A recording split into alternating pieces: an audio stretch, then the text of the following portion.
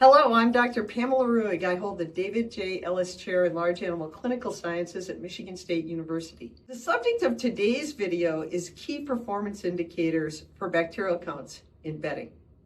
Now we know mastitis is caused by bacteria, and many of those bacteria come in contact with the teat end when that teat is exposed to bacteria in the bedding that the cow lies in.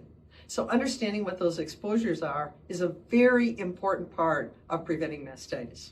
So we'll be talking about our goals for minimizing those exposures and therefore minimizing mastitis. But before I get into that, there's two caveats. Not every lab uses the same techniques, and not every lab reports them with the same numerators and denominators. So today we're talking about bacterial counts in bedding that have been sent to a lab that uses dilution techniques, and the numbers we're reporting are the number of colony forming units per cc or gram of bedding. If you've got a different laboratory you're using, you'll need to take a look at their values and what they recommend.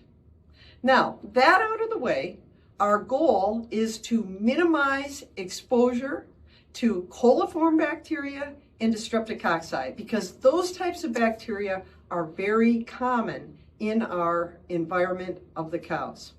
Now, there's two different ways we typically look at bacterial counts. One would be in clean bedding. Clean, I mean unused bedding, bedding that we haven't put yet in the stalls.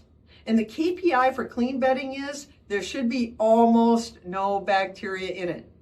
When we look at the categories of bacteria, there should be 0 staph, 0 klebsiella, less than 500 colony-forming units of coliforms, those E. coli's, and less than 1,000 colony-forming units of the streptococci and strep-like organisms. In other words, the unused bedding should be clean. If it's not clean, don't use it.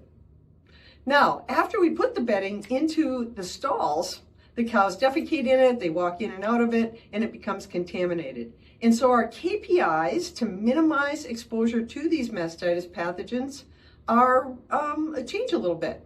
But they don't change for staphylococci. They should still be 0.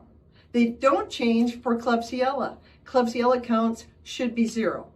Now, for our coliforms, it's impossible to achieve 0 when it's in the stalls, so we'd like to have less than 10,000 colony-forming units of these E. coli's and coliform bacteria per gram of bedding, or cc of bedding.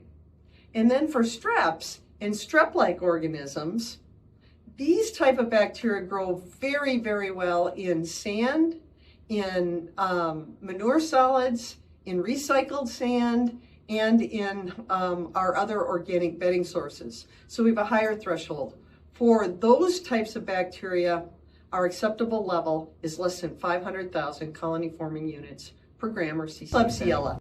So let me just summarize that. 0 staphs and less than 10,000 colony-forming units of coliforms, and less than 500,000 colony-forming units per gram of our strep and strep-like organisms. Two more quick things. To ensure that we minimize the risk factor from our environment for mastitis in our bedding, we want to maximize the dry matter. For sand, we'd like that sand to be more than 95% dry matter. For manure solids, more than 30%. And then for sand and non-manure solids type bedding, we'd like to have less than 1.5% organic matter in that bedding. Those are our KPIs for bacterial counts in bedding, and we're working on minimizing exposure to environmental pathogens.